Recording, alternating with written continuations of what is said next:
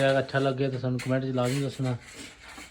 बेहतरीन शैल माहौल बनाता वजह वजह हो गया। चेक करो माशाल्लाह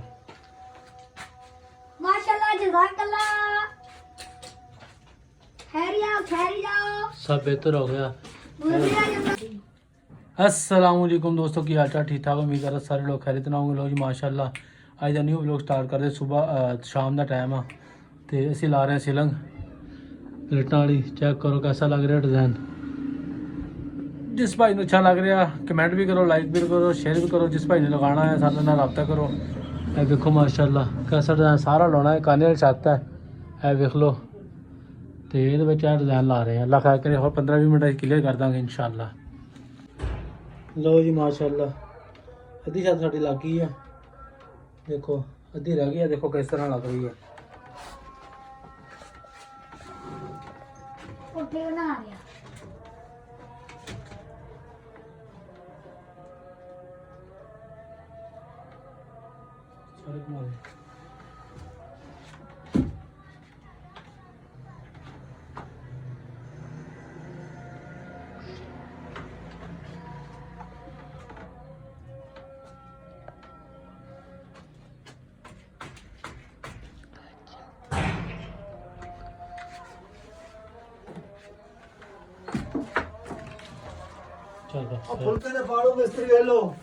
ईशा की जान भी हो गई है तो साड़ा काम भी कंप्लीट हो गया।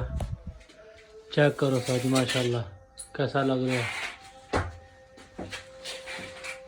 डिज़ाइन कैसा लग रहा है? अच्छा लगे तो सानू कमेंट च लाजमी दसना। बेहतरीन शैल माहौल बनाता वजह वजह हो गया।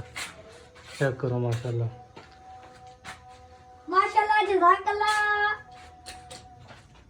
खैरी जाओ सब बेहतर हो गया।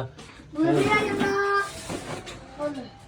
देखो माशाल्लाह आप आए सी काने जी इन्होंने तो असी बनाता VIP माहौल।